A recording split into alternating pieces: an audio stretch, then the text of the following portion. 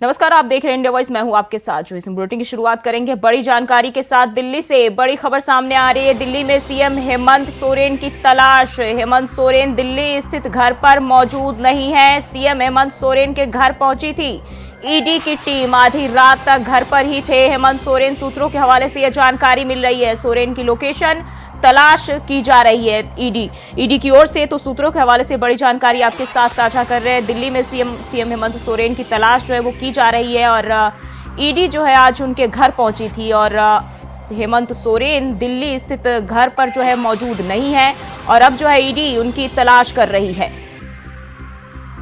तो ये बड़ी जानकारी दिल्ली से सामने आ रही है। सीएम हेमंत सोरेन की तलाश की जा रही है। हेमंत सोरेन दिल्ली स्थित आवास पर मौजूद नहीं है।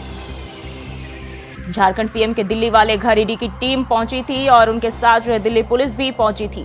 हेमंत सोरेन दिल्ली स्थित घर पर फिलहाल मौजूद नहीं है। सीएम हेमंत सोरेन के घर ईडी की टीम आज पहुंची थी और तब से बताया जा रहा है कि सीएम इस दौरान वहां मौजूद नहीं थे। आधी रात तक घर पर ही थे हेमंत सोरेन। ये जानकारी सूत्रों के हवाले से सामने आ रही है। बताया जा रहा है कि आधी रात तक घर पर ही रहे और इसके बाद जो है सोरेन की लोकेशन जो है तलाश की जा रही है ईडी की ओर से।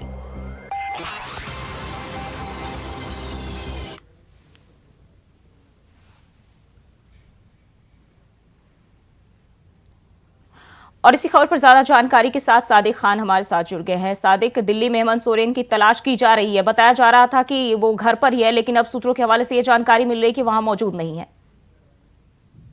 जी बिल्कुल, जो ही मैं आपको बता दूं, हम इस वक्त हेमंत सोरेन के घर के करीब मौजूद हैं। यहाँ पर ईडी की टीम पिछले कई घंटों से मौजूद है। ईडी की टीम ने उनके कार्यालय यहाँ आवास पर भी छापेमारी की, लेकिन अभी हेमंत सोरेन यहाँ नहीं मिल पाए हैं।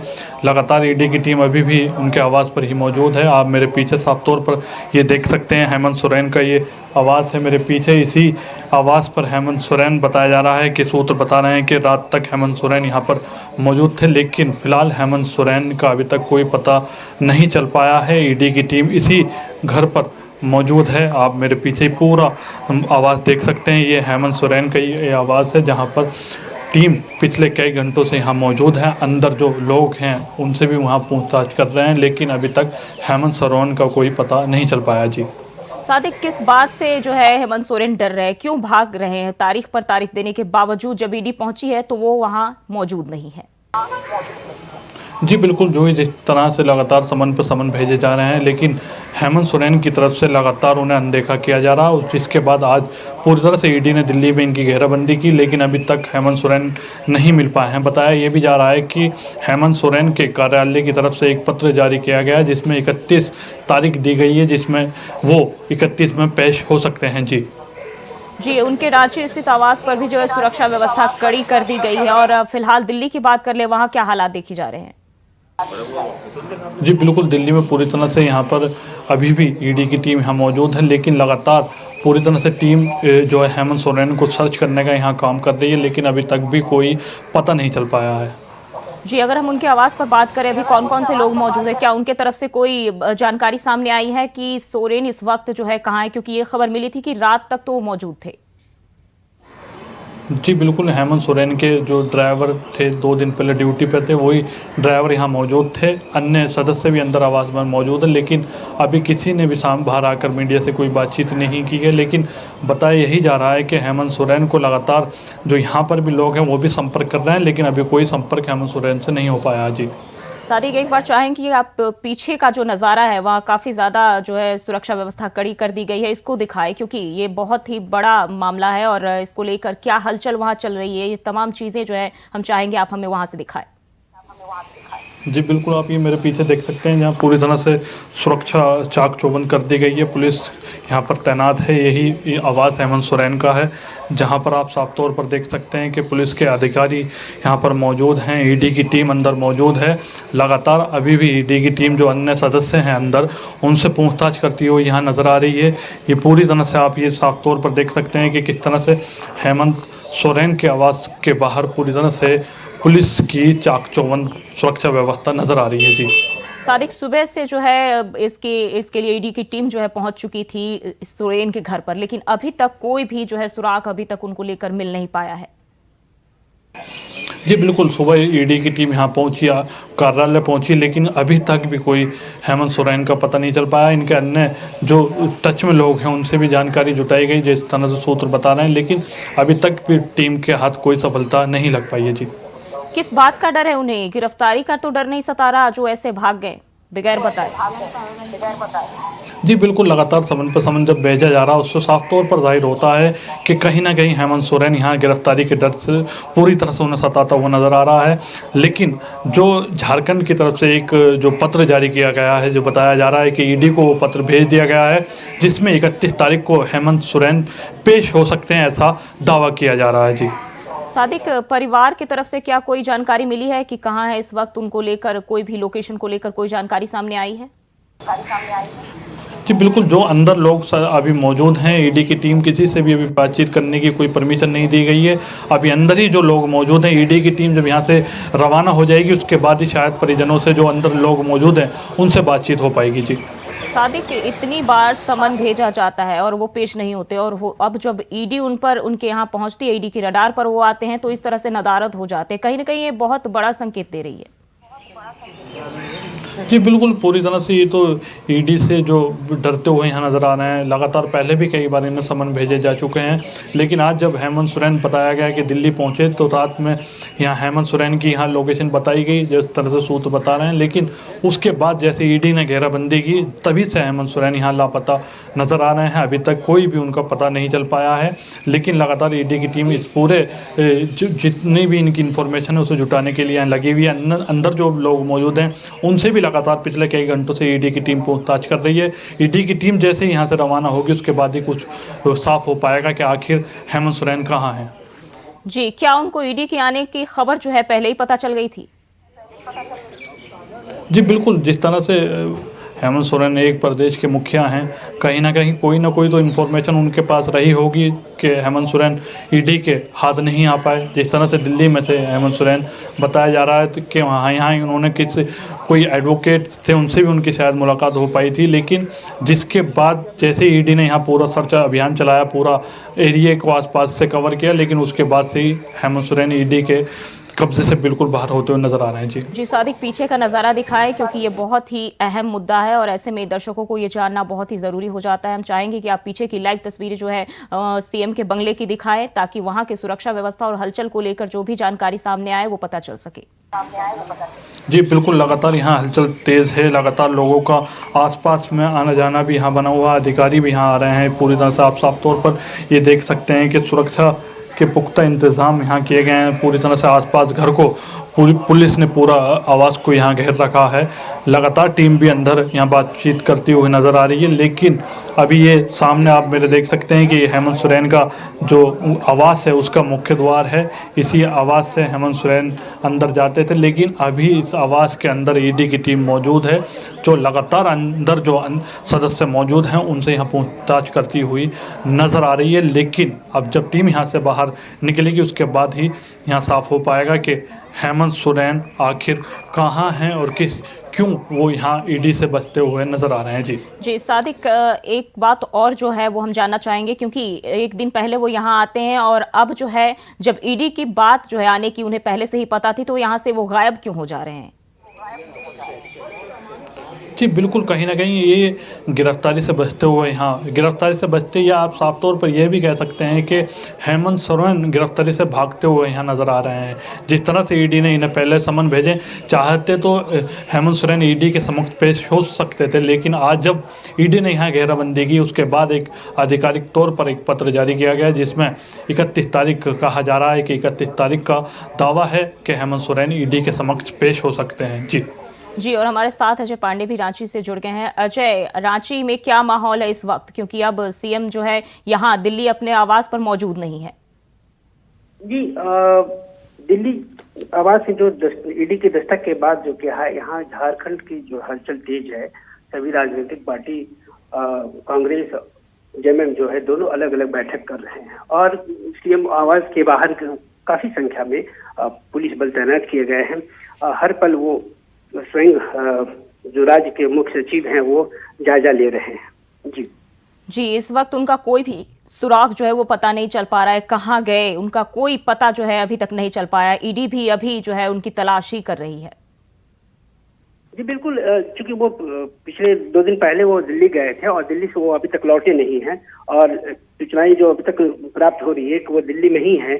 तो ऐसे में वो जो झारखंड के जो सीएम हैं वो अभी किस कहाँ पे हैं ये अभी तक कोई ट्रेस नहीं कर पाया है, उनको ढूंढ नहीं पाई है। तो ऐसे में कुछ कहा नहीं जा सकता कि हेमंत सोरेन कहाँ हैं, किस जगह पे हैं। हालांकि इस मामले पर बाबूलाल मरांडी ने ट्वीट करके कहा है कि आपके राज्य के मुख्यमंत्री गायब हैं। तो ऐसी तमाम चीजें हैं वो अब तक बाहर आ रही है। जी अजय, यहाँ हम दिल्ली से भी हमारे सहयोगी लगातार बने हुए और उन्होंने भी यही कहा है कि सीएम आवास पर जो है खुद सोरेन मौजूद नहीं है। किस बात का डर है, कहाँ वो भागते फिरे, ईडी से कैसा डर? ईडी के लोगों ने बैठा रखा, उनसे पूछताछ की जा रही, कुछ कागजात भी ईडी के अधिकारियों ने हाथ ले गए हैं। अब देखना होगा कि शाम तक जब पूरी ईडी की कार्रवाई पूरी होती है उसके बाद स्टेटमेंट आता है, उसमें क्या होता है, क्या जो दबिश दी गई जिन जगह पर उसमें कुछ कागजात मिले हैं या फिर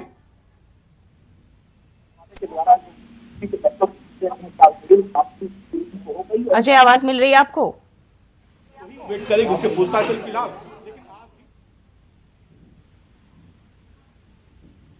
जी बहुत बहुत शुक्रिया आपका, आप दोनों का हमारे साथ जानकारी साझा करने के लिए। तो ईडी का शिकंजा जो है लगातार हेमंत सोरेन पर कसता हुआ दिखाई दे रहा है और अभी जो है सीएम आवास में वो नदारद हैं और कहाँ भाग गए, भी कहाँ गए हैं भागकर, इस ईडी से भागते फिरते दिखाई दे रहे हैं। कोई अता पता उनका नहीं चल पा रहा है।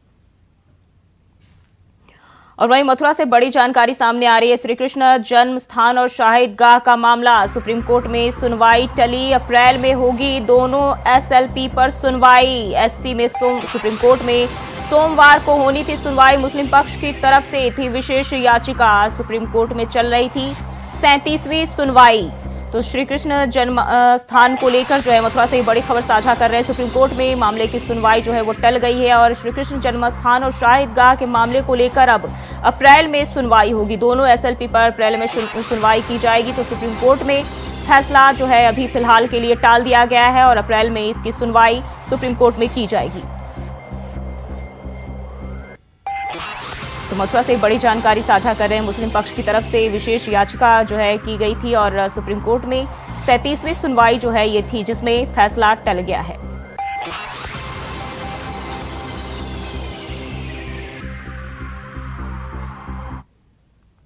और प्रधानमंत्री नरेंद्र मोदी बोर्ड परीक्षा 2024 से पहले देश भर के 10वीं और 12वीं क्लास के स्टूडेंट्स के तनाव को कम करने के लिए परीक्षा पे चर्चा की। आज से दिल्ली के प्रगति मैदान में भारत मंडपम में यह आयोजन हुआ। इस कार्यक्रम में पीएम मोदी स्टूडेंट्स, टीचर और पेरेंट्स के साथ बोर्ड परीक्षा से होने वाले तमाम डर और तनाव को कम करने के लिए 7वीं बार परीक्षा पे चर्चा की।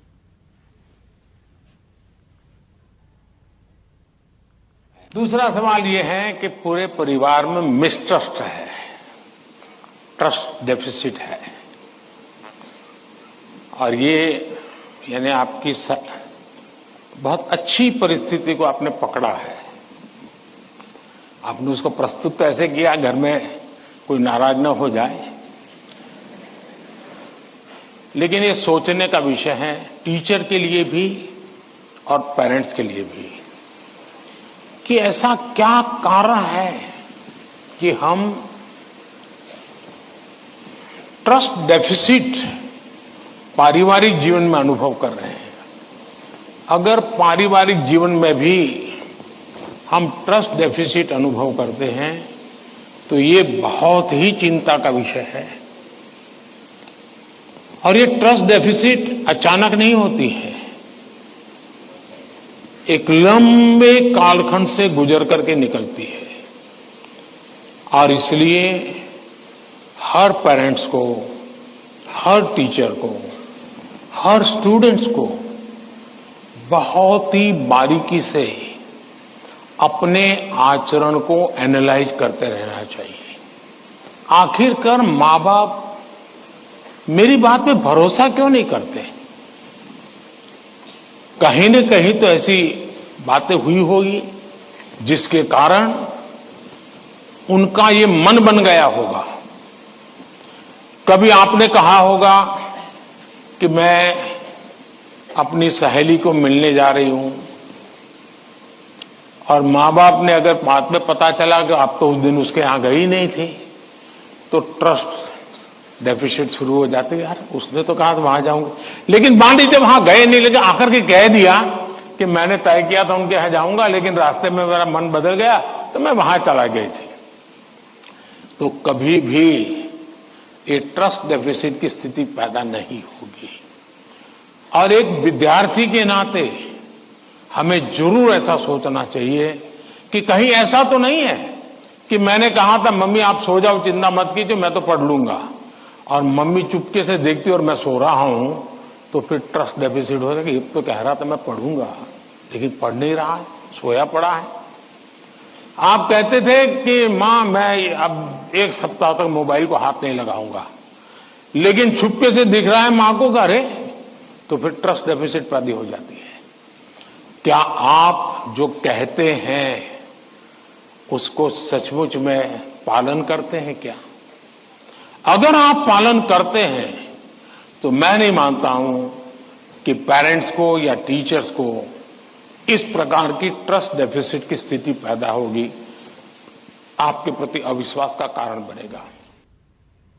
और खबर मुरादाबाद से है, जहां बिहार के मुख्यमंत्री नीतीश कुमार के एनडीए के साथ जाने पर सपा सांसद डॉक्टर एसटी हसन ने अपनी प्रतिक्रिया देते हुए कहा कि इंडिया गठबंधन अपनी जगह पर मजबूती से खड़ा है। सब लोग बीजेपी को हराना चाहते हैं, तो ये बड़ा अच्छा हुआ और मैं तो कहता हूं और ऊपर वाले का शुक्रिया करता हूं, बड़ी जल्दी उनकी कलई खुल जाएगी।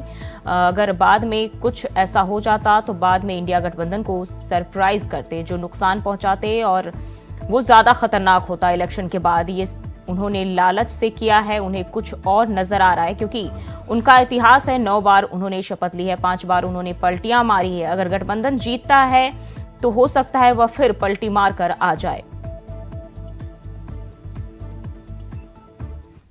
मजहबी दीनी तालीम देते हैं और दीनी तालीम में वो इस्लाम की तालीम दिया करते हैं। ज़बरदस्ती कोई भी तालीम नहीं थोपनी चाहिए। कल को अगर मैं ये कहने लगूं कि शिशु मंदिर में हज़रत गौसे आज़म जीलानी रहमतुल्लाह अलैह का भी एक सबक होना चाहिए, तो क्या ये एक्सेप्ट करेंगे?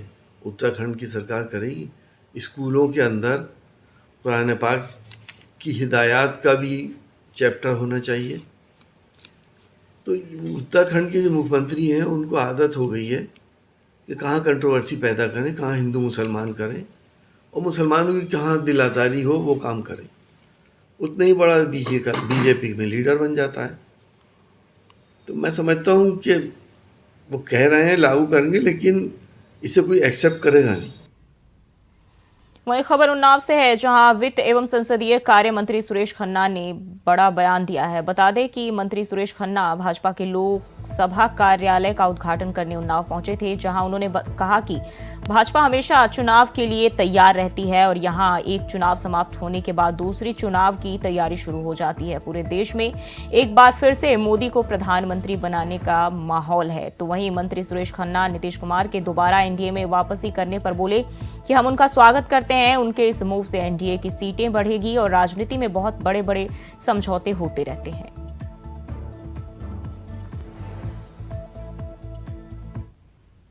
भारतीय जनता पार्टी चुनाव के लिए हमेशा तैयार रहती है। यहाँ तो एक चुनाव समाप्त होने के बाद दूसरा चुनाव की तैयारी शुरू हो जाती है। हमारी कैडर बेस्ड पार्टी है और सभी कार्यकर्ता पूरे मन वचन और कर्म से इस बात के लिए तैयार हैं कि कोई भी सामने हो कमल का फूल खिलेगा।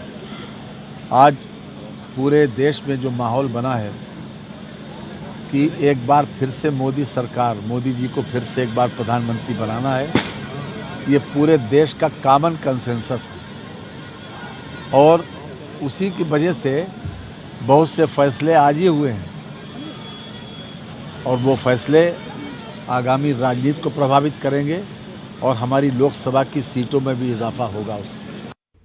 और खबर पटियाला। पंजाब सरकार की तरफ से नशे के खिलाफ पंजाब सरकार का सख्त रवैया देखने को मिल रहा है। बता दें कि अलग अलग संस्थाओं की तरफ से युवाओं को नशे से दूर रखने के लिए उपाय किए जा रहे हैं। वहीं एक तरफ जहां पटियाला ट्रैफिक पुलिस की तरफ से जहां सेफ्टी वीक बनाया जा रहा है, तो वहीं दूसरी तरफ लोगों को ट्रैफिक रूल के बारे में जानकारियां भी दी जा रही है।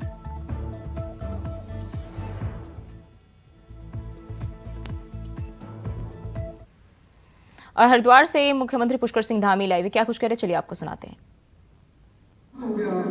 हर कोई अयोध्या जाकर भगवान श्री राम के दर्शन करना चाहता है, हर कोई लालायित है।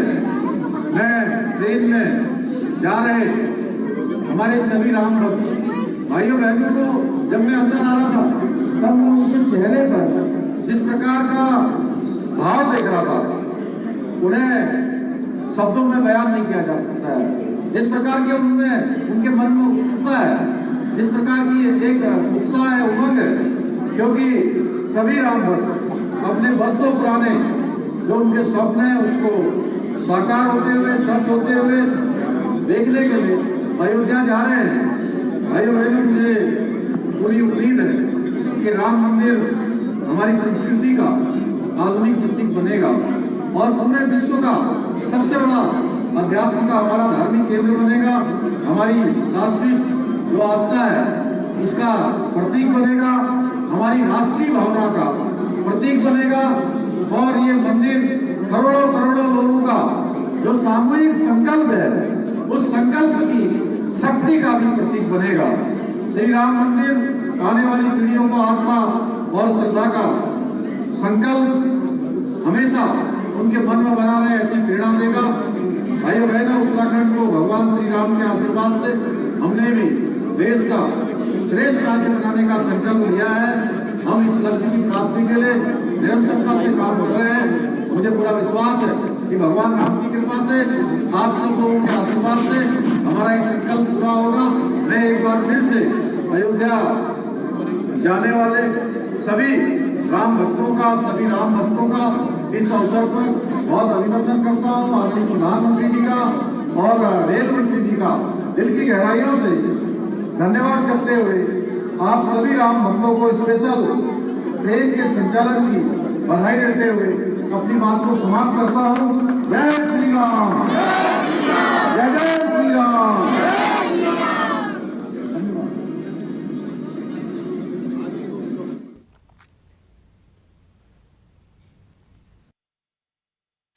तो अभी आप हरिद्वार से मुख्यमंत्री पुष्कर सिंह धामी को सुन रहे थे, जहां उन्होंने अयोध्या दर्शन को जाने वाले ट्रेन को हरी झंडी दिखाई। और फिलहाल के लिए बुलेटिन में बस इतना ही। खबरों के लिए बने रहे इंडिया वॉइस के साथ।